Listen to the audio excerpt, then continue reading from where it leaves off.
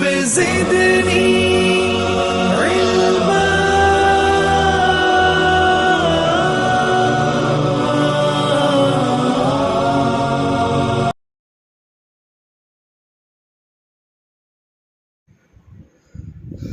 الحمد لله وحده والصلاة والسلام على من لا نبي بعده وعلى آله وأصحابه الذين أوفوا عهده. أما بعد فأعوذ بالله من الشيطان الرجيم. بسم الله الرحمن الرحيم. وما أرسلناك إلا رحمة للعالمين.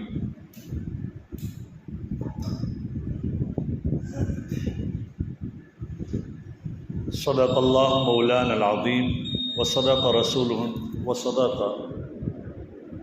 رسولہ النبی الکریم ونحن علی ذلک لمن الشاہدین والشاکرین والحمد للہ رب العالمین.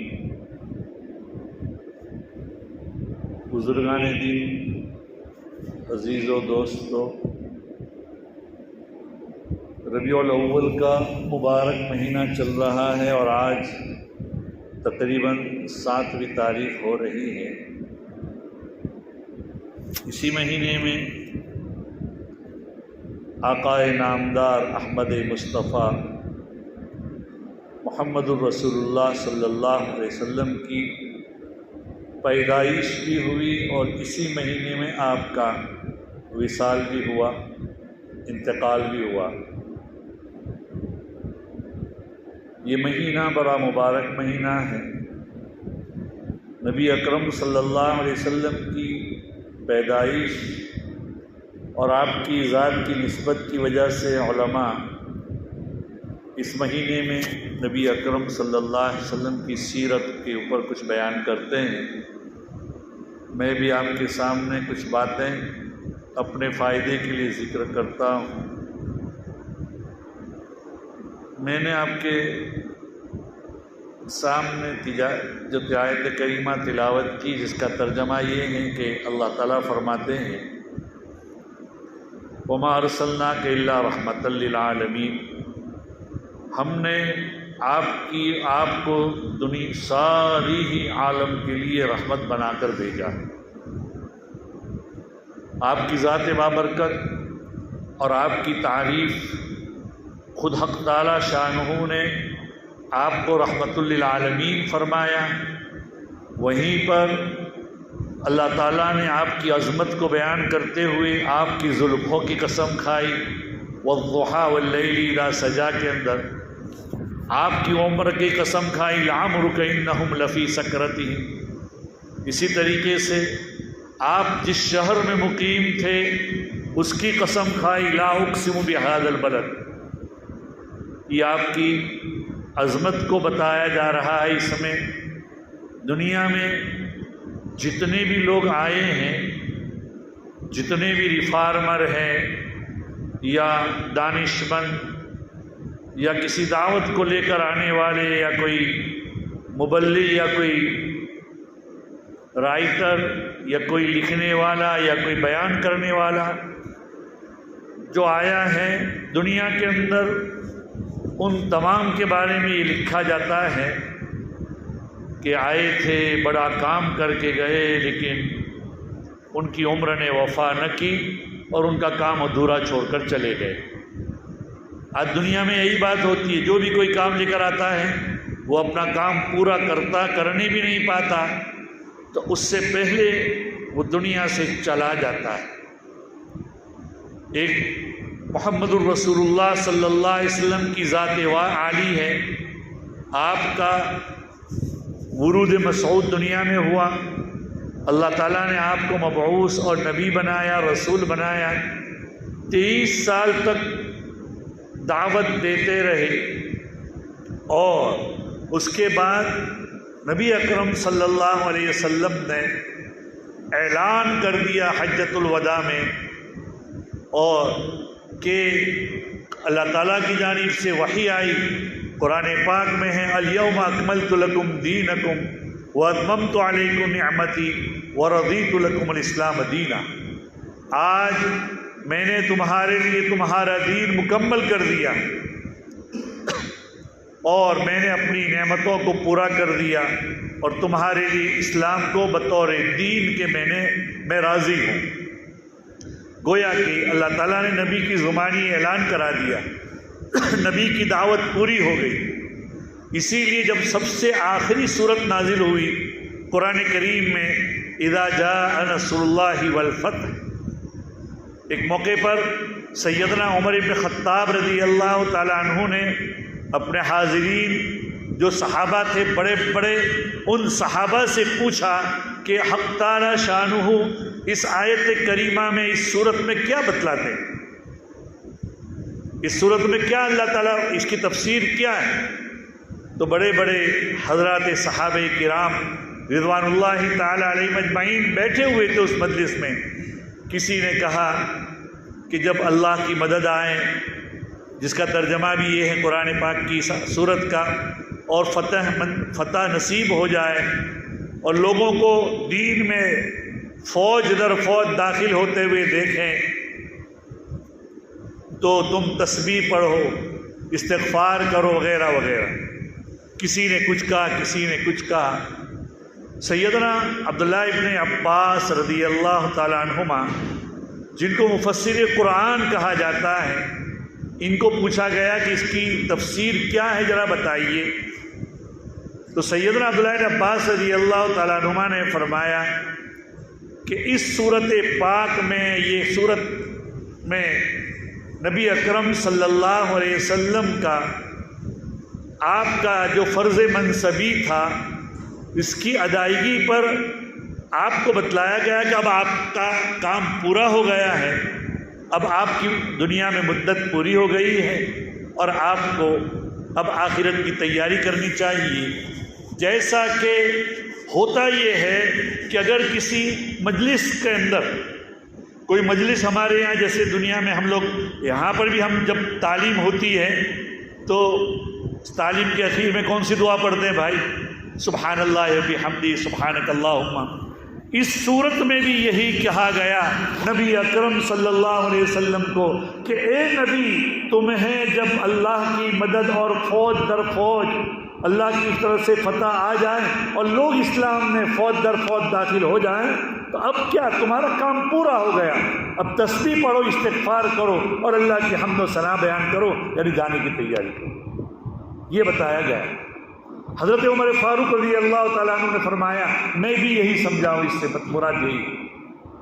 تو بہرحال نبی اکرم صلی اللہ علیہ وسلم نے ٹھوک بجا کر کہہ دیا کہ میں اپنا کام پورا کر چکا ہوں اور میں نے دین کو تم تک پہنچا دیا ہے۔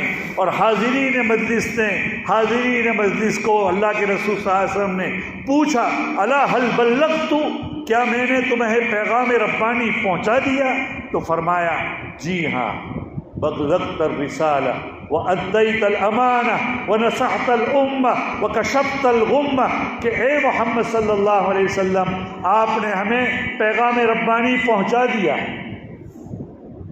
آپ نے امت کی خیرخواہی کی، آپ نے امت کے غموں کو دور کیا، آپ نے پوری امانت ادا کی، یہ پوری۔ پھر اللہ کے رسول صلی اللہ علیہ وسلم نے اس طرح انگلی کر کے کہا، پورا 1,24,000 کا مجمع تھا، اور آپ نے فرمایا اللہم اشہد، اے اللہ تو گواہ رہنا، یہ سب کے سب گواہی دے رہے ہیں، کہہ رہے ہیں کہ میں نے تیرا پیغام پہنچا دیا۔ تو بہرحال نبی اکرم صلی اللہ علیہ وسلم کی ذات وہ ذات مبارک ہے کہ جنہوں نے اپنا کام پورا کر کے دنیا سے چلے گئے۔ حضرات صحابہ کرام رضوان اللہ تعالیٰ علیہ مجمعین کو آپ پوری دنیا کے سامنے، حضرات صحابہ کرام کی، امت کی، جانوروں کی، انسانیت کی، اور آپ صلی اللہ علیہ وسلم نے ہر چیز کی خیرخواہی اور ہر ایک کے لیے رحمت بنا کر نبی اکرم صلی اللہ علیہ وسلم کو بھیجا گیا۔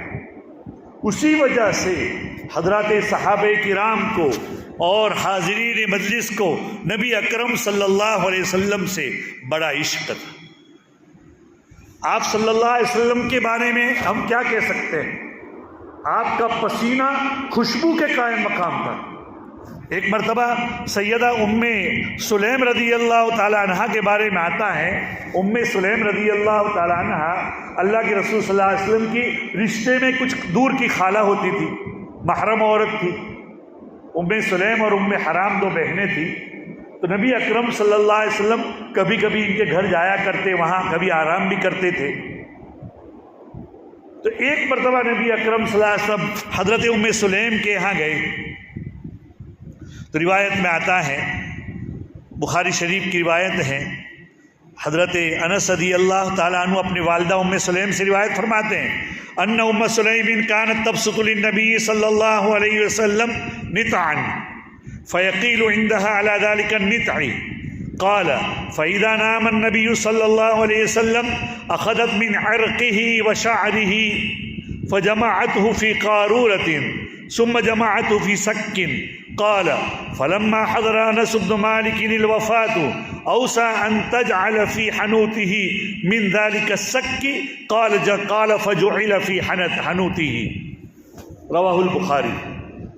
حضرت انس رضی اللہ تعالیٰ عنہ فرماتے ہیں کہ نبی اکرم صلی اللہ علیہ وسلم ام سلیم کے پاس کبھی جاتے اور وہاں قیلولہ کرتے دوپہر کے وقت میں۔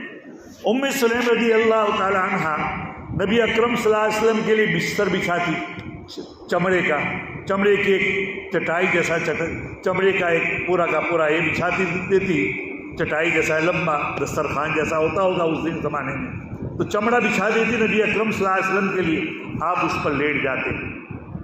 جب نبی اکرم صلی اللہ علیہ وسلم لیٹتے تو آپ کو پسینہ ہوتا تھا، ملک بھی گرم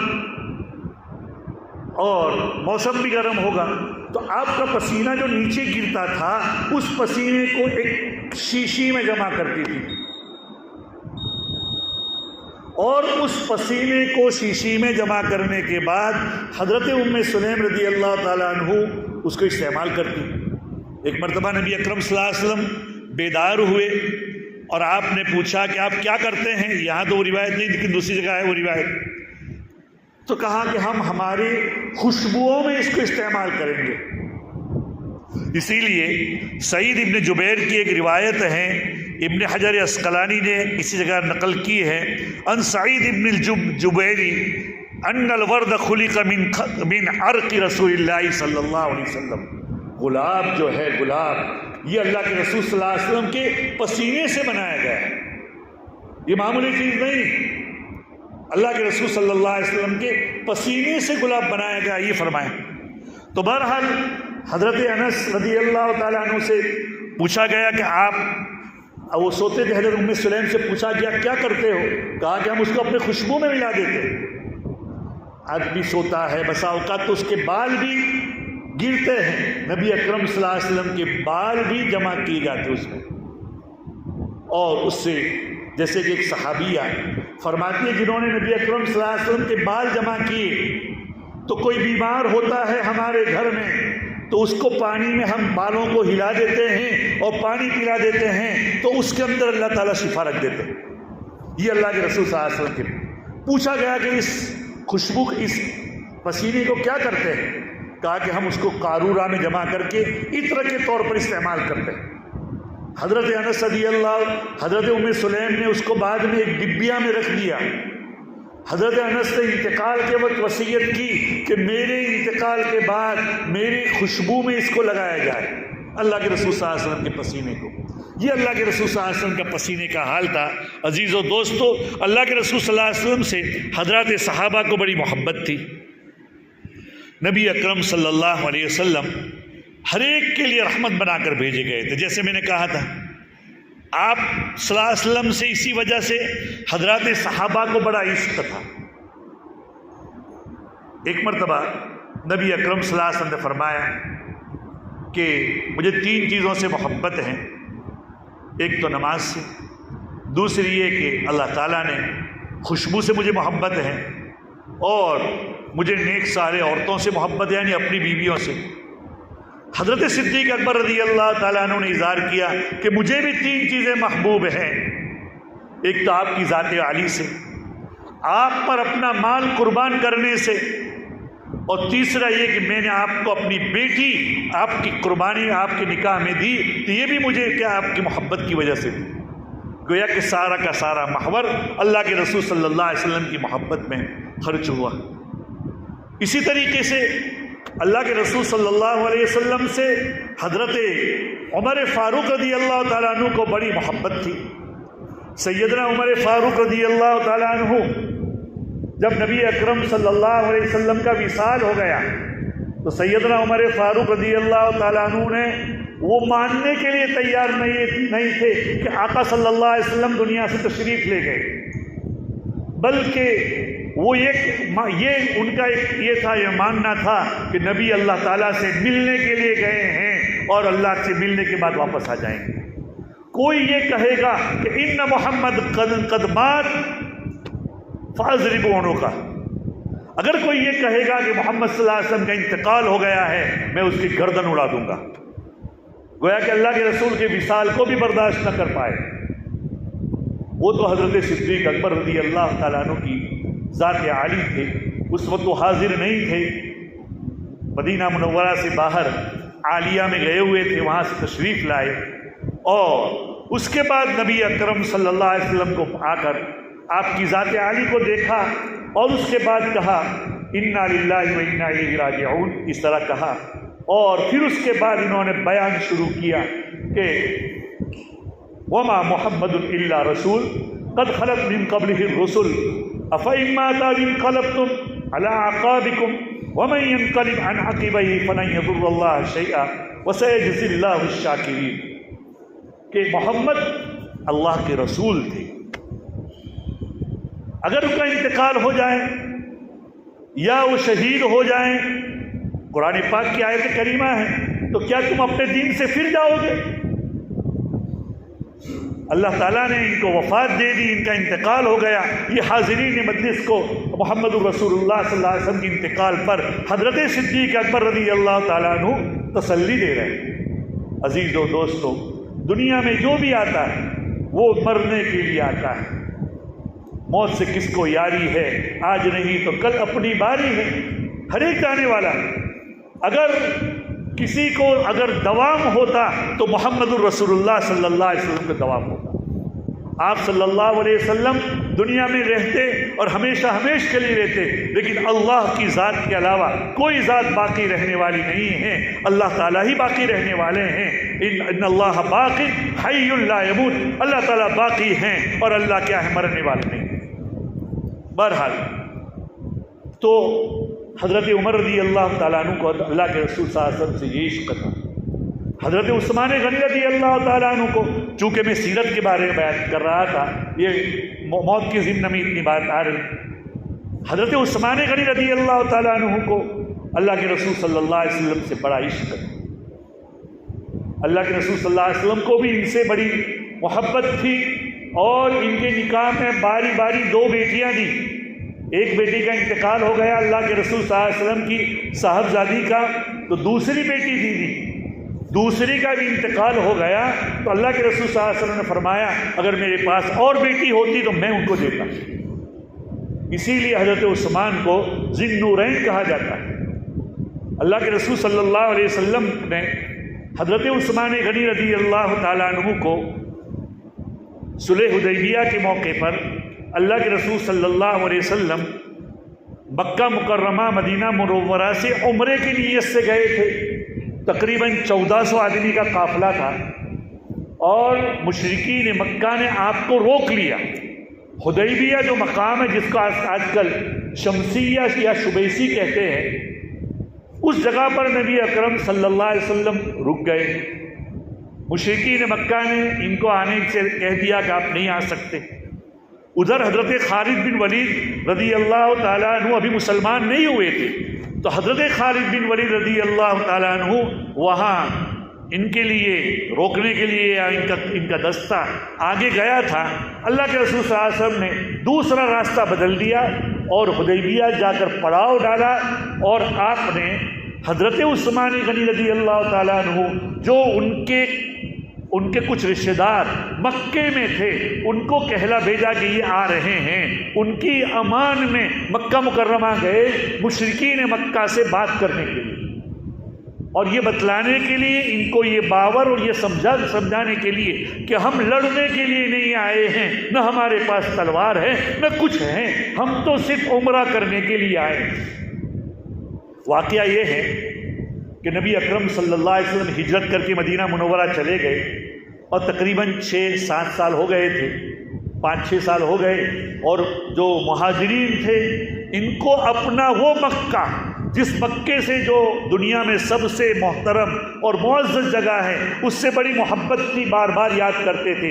نبی اکرم صلی اللہ علیہ وسلم کو اس مکے سے بڑی محبت تھی، اسی لیے ہجرت کے موقع پر نبی اکرم صلی اللہ علیہ وسلم نے فرمایا تھا مکے کو خطاب کر کے، یا مکہ، اے مکہ، انکی لا احب الارض الی، تو روئے زمین میں سب سے زیادہ محبوب زمین ہے، اگر میری قوم، لولا قومی اخرجونی ما خرجت منکی ابدا، اگر میری قوم مجھے یہاں سے نہ نکالتی میں تجھ سے کبھی نہ نکلتا۔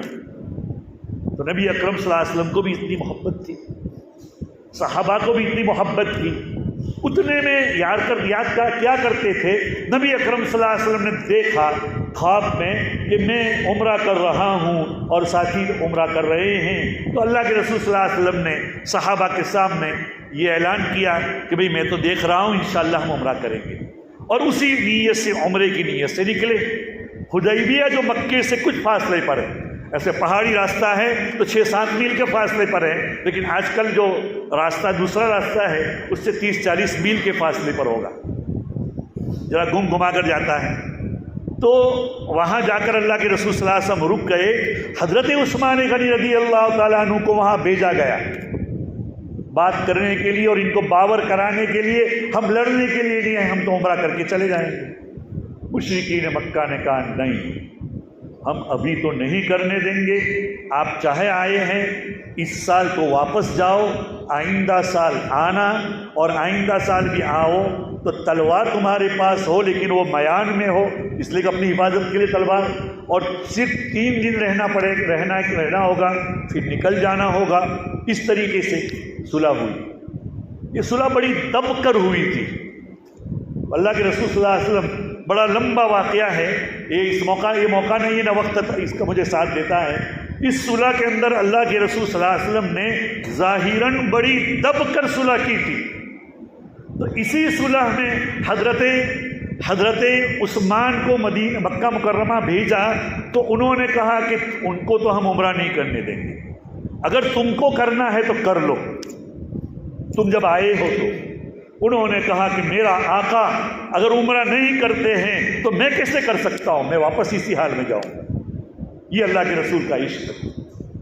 بہرحال اس کے بعد ہوا یہ کہ چونکہ واقعہ بہت لمبا ہے، اسی صلح کے موقع پر باقاعدہ سہیل ابن عمرو غالباً تھے، ان کے ساتھ معاملہ طے ہوا، جو مشرکین مکہ کی جانب تھے اللہ کے رسول صلی اللہ علیہ وسلم کے پاس ان کی طرف سے، تو وہ دور سے آ رہے تھے صلح بات کرنے کے لیے۔ کئی لوگ آئے تھے، اس سے پہلے بات نہیں بنی تھی، وہ جب آئے تو بات بن گئی۔ ان کو دیکھ کر ہی اللہ کے رسول صلی اللہ علیہ وسلم نے کہہ دیا سہل اللہ الامر، اللہ نے معاملہ آسان کر دیا، ان کے نام سے نیک فالی لی۔ بہرحال صلح ہوئی، لیکن اس میں یہ طے ہوا کہ اس سال چلے جاؤں گے، آئندہ سال واپس آؤ گے، اس سال عمرہ نہیں کریں گے، 3 دن رہیں گے۔ تیسری جو بڑی شرط یہ تھی کہ اگر مکہ کا کوئی آدمی ہمارا مشرک جو مسلمان بن کر مدینہ منورہ آئے گا تو تم اس کو ہمیں واپس کریں گے، اور اگر ان کا کوئی آدمی، تمہارا کوئی آدمی یعنی کوئی مسلمان مکے میں اگر اسلام سے پھر کر آوے ہم واپس نہیں کریں گے۔ کتنی بڑی صلح تھی، کتنی بڑی دب کر صلح تھی۔ اللہ کے رسول نے کہا جی۔ اس کے بعد صلح نامہ لکھا گیا۔ اب حضرت علی کا عشق بتلاتا ہوں میں، خلفائے اربعہ کا عشق بتلا کر اپنی بات کو پوری کر دوں گا، انشاءاللہ آئندہ کسی موقع پر بات آگے چلے گی۔ تو بہرحال حضرت علی رضی اللہ تعالیٰ عنہ کو کہا، وہ لکھنا پڑھنا جانتے تھے، تو آپ لکھیے صلح نامہ۔ اللہ کے رسول صلی اللہ علیہ وسلم نے صلح نامہ لکھوایا کہ یہ صلح من محمد الرسول اللہ الی قریش مکہ، یہ صلح نامہ محمد الرسول اللہ صلی اللہ علیہ وسلم کا ہے قریش مکہ کی جانب سے۔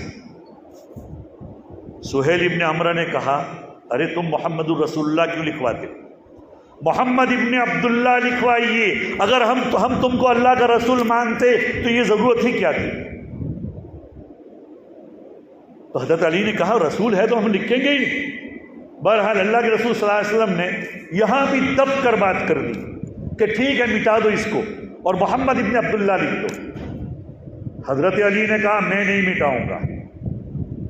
یہاں حضرت علی کی ناز کی بات آئی، جس بات کو میں رسول مانتا ہوں ان کو محمد ابن عبداللہ میں نہیں لکھ سکتا، میں مٹا سکتا نہیں۔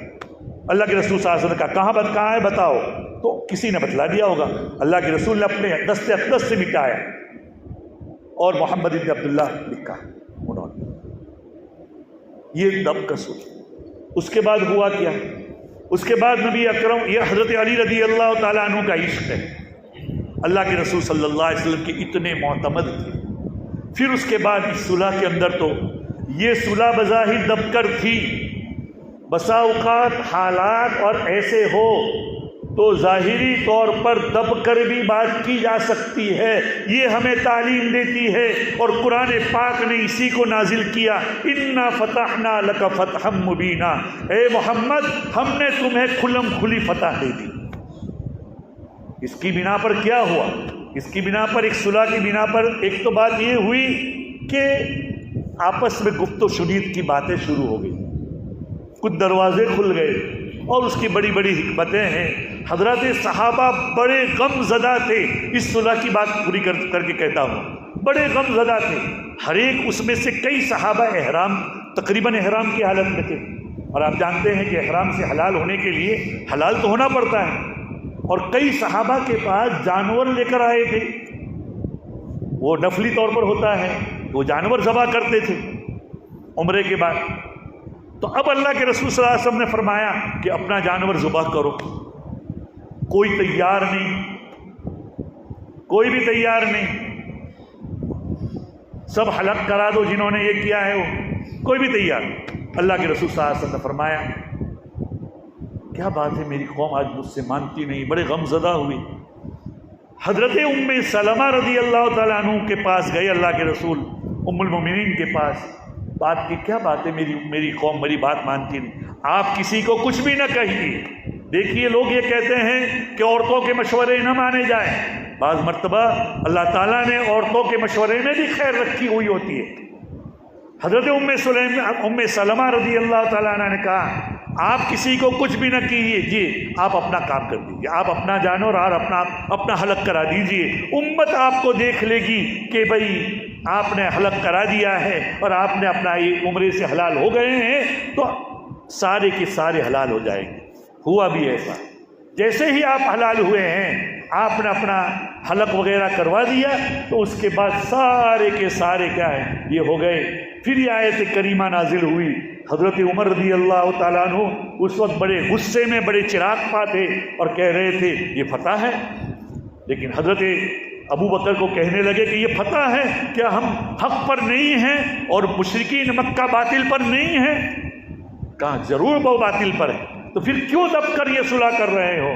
اللہ کا حکم، یہی فتح ہے۔ بہرحال بعد میں حضرات صحابہ کو یہ سمجھ میں آیا کہ یہ فتح مبین تھی، اور اس کے بعد دوسرے دروازے کھلے، اور اس کے بعد کا جو واقعہ ہے کہ جو سب سے جو بڑی صلح تھی کہ مشرکین مکہ کہ اگر کوئی مسلمان ہو کر مدینہ جائیں تو وہ واپس ان کو کریں گے، تو نبی اکرم صلی اللہ علیہ وسلم نے اپنے وعدے کے مطابق واپس کیا بھی۔ غالباً ابو بصیر رضی اللہ تعالیٰ عنہ مسلمان ہو کر گئے تھے، وہ اس سے پہلے صلح لکھی جا چکی تھی، صلح لکھی جا رہی تھی، لکھی جا چکی نہیں تھی، ابھی صلح لکھنا شروع ہوئے۔ اور ابو بصیر رضی اللہ تعالیٰ عنہ یا کوئی ایک صحابی اپنی بیڑیوں کے بل جو مسلمان ہو گئے تھے، جن کو مشرکین مکہ میں اپنی قید میں رکھا تھا، وہ بیڑیوں کے بل گھسیٹتے ہوئے نبی اکرم صلی اللہ علیہ وسلم کے پاس دہائی دینے کے لیے آئے کہ میرا یہ حال ہے، مجھے لے جاؤ۔ سہیل ابن عمرو کہتے ہیں جو ابھی مسلمان نہیں ہوئے تھے، اگر یہ پہلی شرط، یہ شرط ہے، یہ شرط اگر اس کو پورا کرو، اللہ کے رسول نے فرمایا کہ صلح نامہ ابھی لکھا نہیں گیا ہے، نہیں، اگر یہ آپ شرط پوری کرتے ہیں، ان کو واپس کرتے ہیں، تو ٹھیک ہے ورنہ صلح نہیں کرنی ہم کو۔ اللہ کے رسول نے ابو بصیر کو تلقین دی، غالباً ابو بصیر ہی تھے، کہ آپ چلے جائیں گے اللہ راستہ نکالے۔ بعد میں ہوا یہ کہ وہی صحابی اپنی بیڑی کو کسی طرح توڑ کر مدینہ گئے، غالباً وہی صحابی تھے۔ پھر اس کے بعد جب مکے والے مدینہ لے کر آئے لینے کے لیے، 2 آدمی گئے، اللہ کے رسول صلی اللہ علیہ وسلم نے مدینے میں ان کو واپس کر دیا۔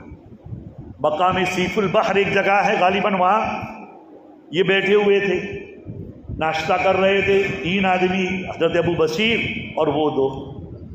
حضرت ابو بصیر نے ان میں سے ایک تو کہا، ارے یار تیری تلوار تو بہت اچھی ہے، ذرا مجھے دکھا دے۔ اری نہیں، مجھے دکھا دے تیری تلوار۔ تو وہ کیا کرنے والا ہے، دی انہوں نے لے کر فوراً اسی کو مار دیا۔ پھر اس کے بعد ہوا یہ کہ حضرت ابو بصیر دوڑتے ہوئے مدینہ چلے گئے، تو وہ پیچھے پیچھے جا رہے ہیں۔ اللہ کے رسول صلی اللہ علیہ وسلم نے کہا کہ یہ لڑائی بھڑکانے والا ہے، ممکن ہے یہ۔ حضرت ابو بصیر سمجھ گئے کہ اللہ کے رسول واپس کر دیں گے، تو وہ وہاں سے نکل گئے اور کسی اور جگہ کے اوپر وہ کیا ہے مقیم ہو گئے جو، اور مکے سے کوئی بھی اگر مسلمان بھاگتا مسلمان ہو کر ان کے پاس جا کر کیا ٹھہرتا تھا۔ ہوا یہ کہ مشرکین مکہ جو قافلہ جو جاتا تھا تو یہ لوگ ان کی چھیڑ چھاڑ کرتے تھے، تو پھر مکے والوں نے کہہ دیا کہ وہ ابو بصیر اور دوسروں کو اپنے پاس مدینے بلا لو، ہمیں ان کی کوئی ضرورت نہیں۔ بہرحال یہ بات میں اللہ تعالیٰ نے ہر ایک کے لیے راستہ نکالا تھا۔ یہ سیرت محمدی ہے، اور یہ 4 صحابہ کے خلفاء 4 کا عشق رسول کے کچھ نمونہ میں نے پیش کیا ہے، اور بھی حضرات صحابہ کرام اور نبی اکرم صلی اللہ علیہ وسلم کی سیرت کے بارے میں آپ رحمت للعالمین تھے۔ انشاءاللہ آئندہ کسی مجلس میں بیان کیا جائے گا۔ وآخر دعوانا ان الحمدللہ رب العالمین۔